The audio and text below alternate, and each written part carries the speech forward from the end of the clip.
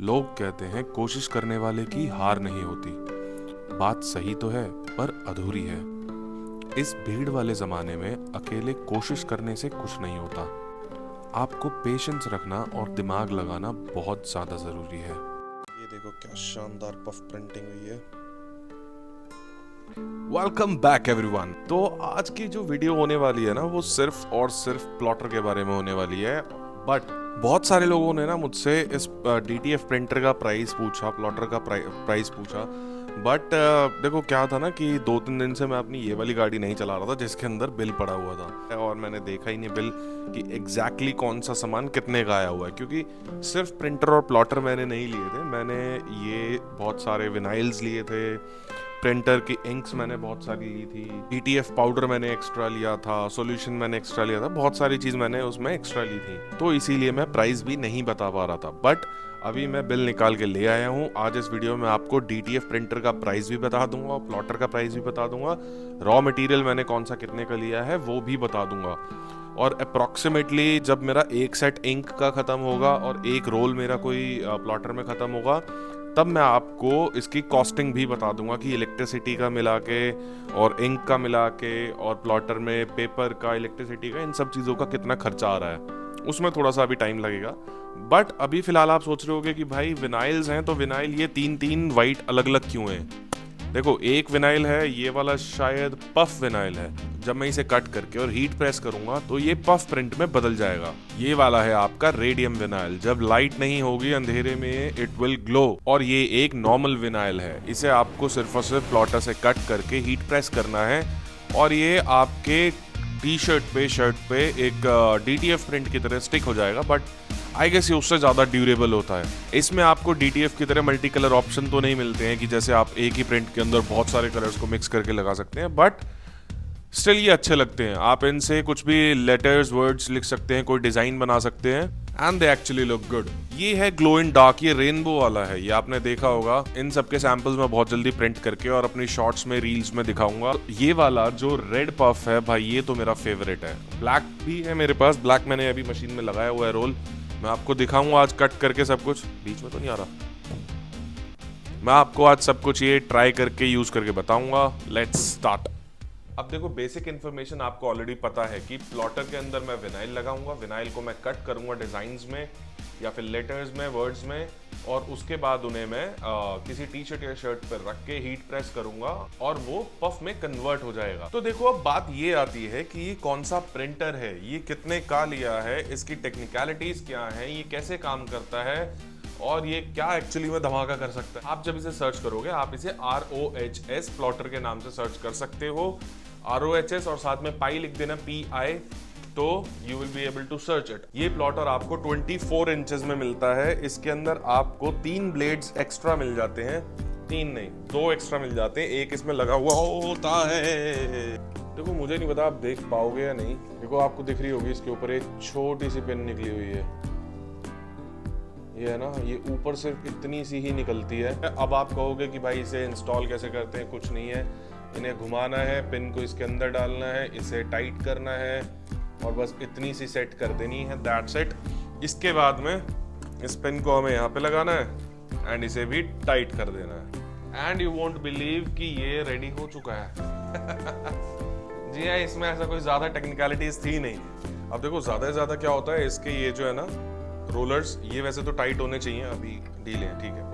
ये ज़्यादा से ज़्यादा एक तरफ होते हैं सारे के सारे, तो हमें इन्हें मैनुअली फैला देना होता है ताकि हमारी शीट पे हम इसे टाइट कर सकें, इन तीनों को। इसे आप कभी भी मैनुअली मूव नहीं करेंगे, इस पर भी लिखा भी हुआ है, do not move the carriage by hand. यहाँ पे इसकी USB केबल लगती है, यहाँ पे इसकी पावर केबल लगती है, और यहीं से इसे ऑन कर देते हैं। चेक करो मैंने लगाया है, नहीं लगाया, ठीक है। ये बोला, कुछ तो बोला। यहाँ पे आप इसकी स्पीड और इसके फोर्स को कम ज्यादा कर सकते हैं। यहाँ पे जैसे आप देखोगे, अभी मैंने इसका फोर्स बढ़ाया है, 150 करा है, 160 करा है। यूजुअली जो है आप 140-150 के आसपास फोर्स रख सकते हैं, ऐसे कुछ इशू है नहीं। वैसे ये आपके पेपर की थिकनेस के ऊपर होता है कि कितना फोर्स चाहिए, और यहाँ से आप इसकी स्पीड को इंक्रीज डिक्रीज कर सकते हैं। 200 की स्पीड एनफ है। आप जितनी ज़्यादा स्पीड बढ़ाओगे ना, आपका प्रिंट उतना ही खराब होने की पॉसिबिलिटी ज़्यादा होगी। तो इस चीज़ का ध्यान रखना, स्पीड को कम रखें, 200 पे रखें, 200 इज़ मोर देन एनफ। अब मैं यहाँ पे इसे क्रिएट करता हूँ। सॉफ्टवेयर का नाम है आर्टकट 2009। अब यहाँ पे मैं सपोज लिखता हूँ, अब देखो यहाँ पे जब भी आपको कोई डिज़ाइन डालना होगा तो you have to make sure कि वो वेक्टराइज्ड डिज़ाइन है। उसके लिए आपको या तो इलस्ट्रेटर आना चाहिए या फिर आपको एटलीस्ट फोटोशॉप थोड़ा बहुत चलाना आना चाहिए। ये प्लॉटर स्किल्स मांगता है, बट ये नहीं कि बहुत ज़्यादा डिटेल में स्किल्स मांगता है। आपको ये लिमिटेड स्किल्स मांगेगा कि जैसे आपको किस चीज़ को वेक्टराइज करना है या उसके बैकग्राउंड वगैरह रिमूव होना चाहिए। अगर मैं यहाँ पे अपने ब्रांड का नाम लिखता हूँ लेवल 9, देखो लेवल 9 मैंने लिखा, तो जब ये कटिंग होके आएगा ये कुछ इस तरीके से आएगा, लेवल 9। ठीक है, ये मैंने हीट प्रेस करके ऑलरेडी चिपकाया हुआ है, बट मैंने इसे मिरर नहीं करा था इमेज को, तो इसलिए ये गलत, ये उल्टा लिखा हुआ है। अब आप देखोगे ये बढ़िया पफ हो रखा है। बाय द वे ये वाला प्रिंट जो है ये अपना DTF का है, अपने वाले DTF का। देखो शानदार बढ़िया टेक्सचर आया हुआ है, कपड़े से चिपका हुआ है, फर्स्ट क्लास। अच्छा, तो हम थे इसके ऊपर। सपोज करो कि आपको कोई इस तरीके का डिज़ाइन है जो आपको बनाना है। कैसे आपको साफ दिखाऊं, एक मिनट रुकिएगा।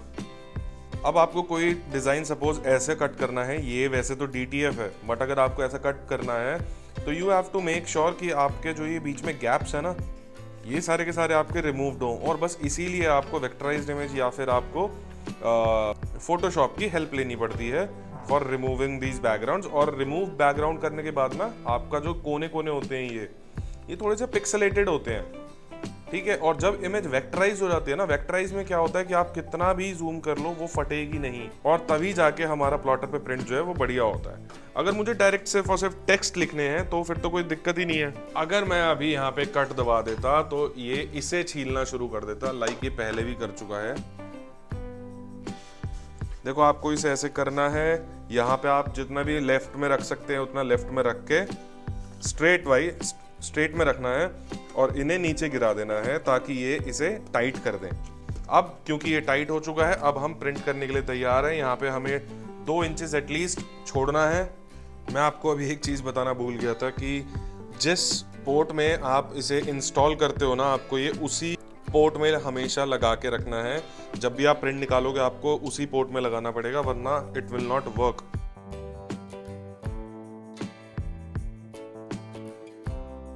ये देखो ये हमारा प्रिंट रेडी हो गया है कट होके, और अभी मैं आपको इसे हीट प्रेस करके एक टी-शर्ट पे लगा के दिखाता हूँ।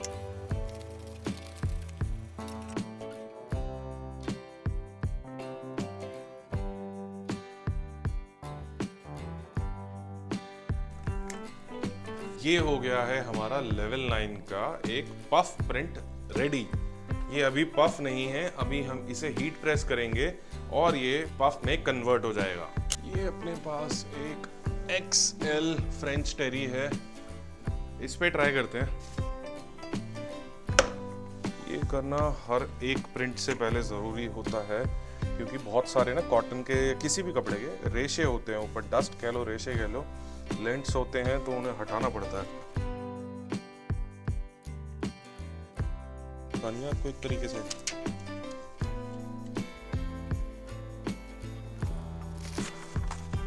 ये देखो क्या शानदार पफ प्रिंटिंग हुई है यार। देखो पफ प्रिंटिंग जो है ना वो बहुत ही प्रीमियम दिखती है।